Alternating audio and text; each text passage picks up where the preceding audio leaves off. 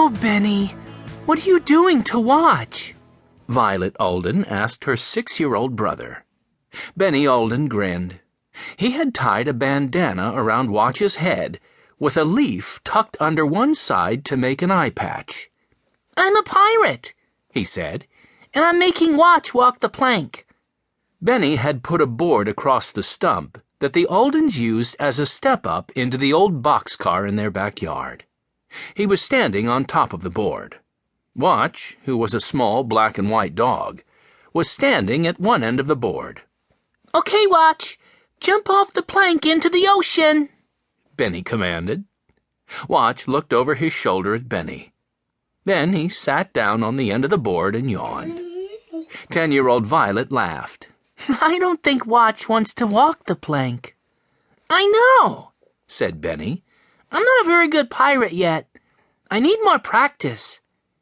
Benny had been very interested in pirates ever since he and his sisters, Violet and 12-year-old Jessie, and his 14-year-old brother Henry, had visited Charleston, South Carolina. They had gone to help a friend of their grandfather's rebuild her house after a hurricane. But they had ended up finding a pirate's treasure. Benny jumped off the stump. Without his weight on it, the board tipped forward. Look out, said Violet. Said Watch, and jumped onto the grass as the board fell off the stump. Benny and Violet both laughed now. Watch ran in circles around Benny, wagging his tail and looking pleased with himself. Come on, said Violet. You'll have to practice being a pirate later. Sue Lee is here. Sue Lee was the Aldens' cousin. She was the daughter of Aunt Alice and Uncle Joe. They lived in Greenfield, too. Violet, Benny, and Watch went across the backyard toward the kitchen door of the big old white house where they lived. The red boxcar was the Aldens' old home. The white house was their new one. After their parents died, the Aldens had run away. They had heard that their grandfather was a mean person. They'd made a home in the abandoned boxcar in the woods, where they had found Watch and adopted him.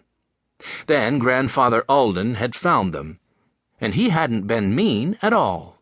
So the 4 Aldens and Watch had come to live with their grandfather in his house in Greenfield. And he had even moved the boxcar to the backyard so they could visit it whenever they wanted. Maybe Sue Lee would like to play pirate, said Benny. No, said Violet. Sue Lee is here so we can practice soccer. She brought her soccer ball. We signed up for the Greenfield Summer Soccer League, remember? I remember, said Benny. The tryouts are this weekend, said Violet. We want to be ready. She opened the back door, and they walked into the kitchen. Mrs. McGregor, the housekeeper, was stirring something in a big bowl. Is that a cake for dinner?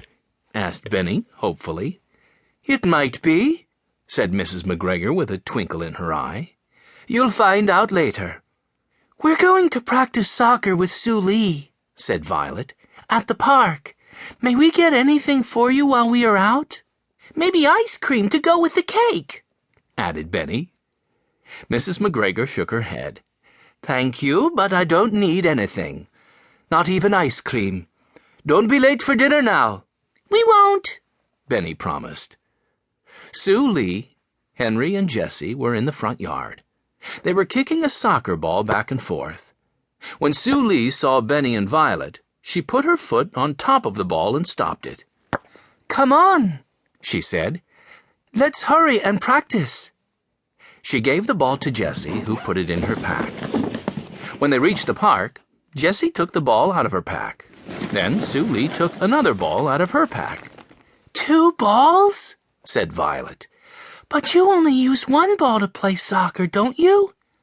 Like Benny, Violet had never played soccer before. Don't worry, we'll just use 2 balls for practice, said Henry. He, Jessie, and Sue Lee had all played soccer before. Sue Lee was a very good soccer player. She had played in Korea, where she was born. Like her cousins, Sue Lee was an orphan. Aunt Alice and Uncle Joe had adopted her.